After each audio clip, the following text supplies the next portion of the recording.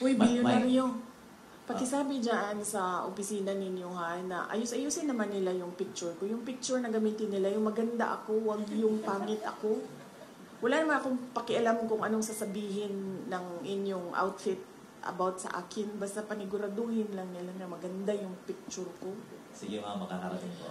Bakit yung mga kalaban ko, magaganda yung mga picture na ginagamit nila? Bakit pangit yung picture na Sana yung mga tiga-Office of the Vice President? Padalhan nyo nga ito siya ng mga magagandang picture ko para yun ang gamitin nila, be. Please lang. Di ba, ma'am? Napansin mo yun, ma'am? Yung kalaban ko, maganda yung photo, tapos ako, pangit yung photo. Eh, ang katotohanan naman, mas maganda naman ako doon sa kalaban ko, ma'am. Ano sana, ma'am?